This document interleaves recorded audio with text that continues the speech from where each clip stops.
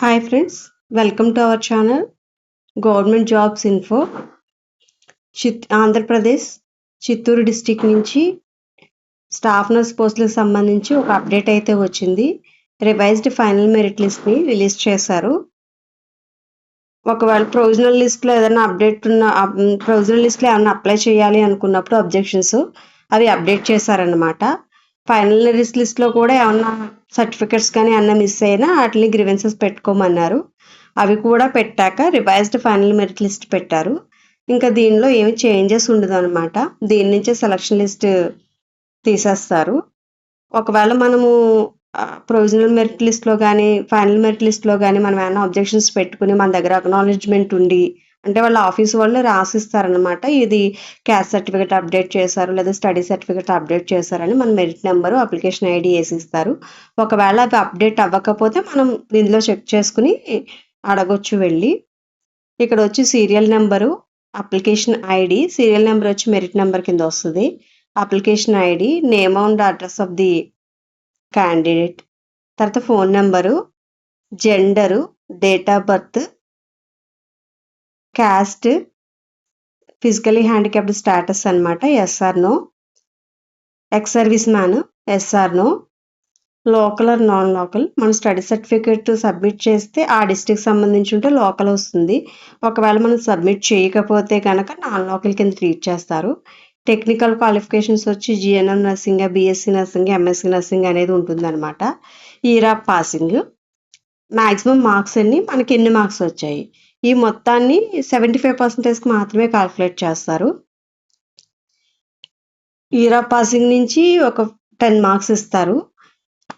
ఎక్స్పీరియన్స్ని బట్టి ఒక 15 మార్క్స్ ఇస్తారు అనమాట. ఇయర్ ఆఫ్ పాసింగ్ 10 మార్క్స్ అంటే మనం పాస్ అయ్యి ఎన్ని ఇయర్స్ అయినా సరే మ్యాక్సిమం 10 మార్క్స్ అయితే ఇస్తారు. సర్వీస్ మార్క్స్ వచ్చి కోవిడ్, నాన్ కోవిడ్ రెండు వేరువేరుగా ఉన్నాయి. కోవిడ్లో వర్క్ చేయడం అంటే 6 మంత్స్కి 5 మార్క్స్ ఇస్తున్నారు. 10 మార్క్స్ ఏమో 1 ఇయర్కి అనమాట. 15 మార్క్స్ అంటే 1.5 ఇయర్కి.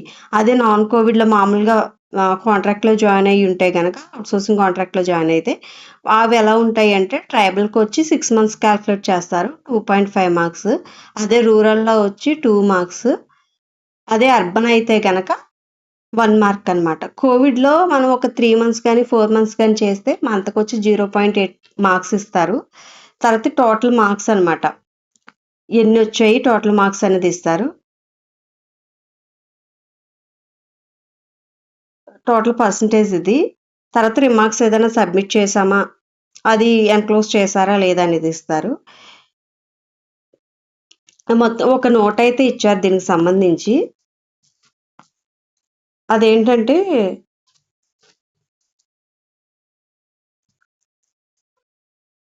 లోకల్ సర్వీసు క్లెయిమ్ చేయాలి అంటే గనక లోకల్ నాన్ లోకల్ క్లెయిమ్ చేయాలంటే గనక స్టడీ సర్టిఫికెట్స్ ఒకటి అప్డేట్ చేయమన్నారు.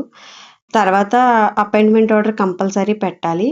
కోవిడ్ వాళ్ళకైతే appointment order plus service certificate plus మనం కోవిడ్ టైంలో వర్క్ చేసినప్పుడు మన బ్యాంక్ అకౌంట్లో సాలరీ పడుతుంది కదా, ఆ బ్యాంక్ స్టేట్మెంట్ కూడా కంపల్సరీ చూస్తారు. ఇన్ కేస్ మనం సెలెక్ట్ అయ్యి బ్యాంక్ స్టేట్మెంట్ లేకపోతే కనుక మనదైతే రిజెక్ట్ చేస్తారు. అది ఒకసారి చెక్ చేసుకోండి. తర్వాత అపాయింట్మెంట్ ఆర్డర్, సర్వీస్ సర్టిఫికెట్స్ అన్ని గవర్నమెంట్ ఇన్స్టిట్యూట్ నుంచే తీసుకోవాలి. అంతకుముందు ఎట్లా ఉండేదంటే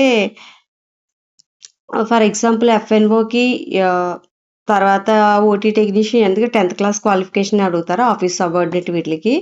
ఏదో ఒక దాంట్లో వర్క్ చేసి దానికి సర్వీస్ మార్క్స్ వస్తే వేరే పోస్ట్కి కూడా పెట్టుకోవచ్చు అనమాట. అదే క్వాలిఫికేషన్తో వేరే పోస్ట్కి పెట్టుకుంటే ఆ సర్వీస్ మార్క్స్ యాడ్ చేసేవారు. ఇప్పుడు అట్లా లేదన్నమాట. ఎఫ్ఎన్ఓగా వర్క్ చేస్తే నెక్స్ట్ వాళ్ళు ఎఫ్ఎన్ఓకి పెట్టుకుంటేనే ఎఫ్ఎన్ఓ సర్వీస్ యాడ్ అవుతుంది, లేదు అంటే కొత్తగా న్యూగానే సర్వీస్ లేకుండా ఉంటుందన్నమాట.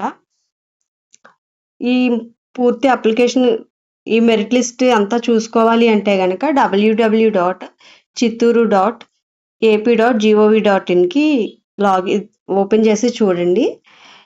డిస్క్రిప్షన్లో లింక్ పెడతాను. Thank you all.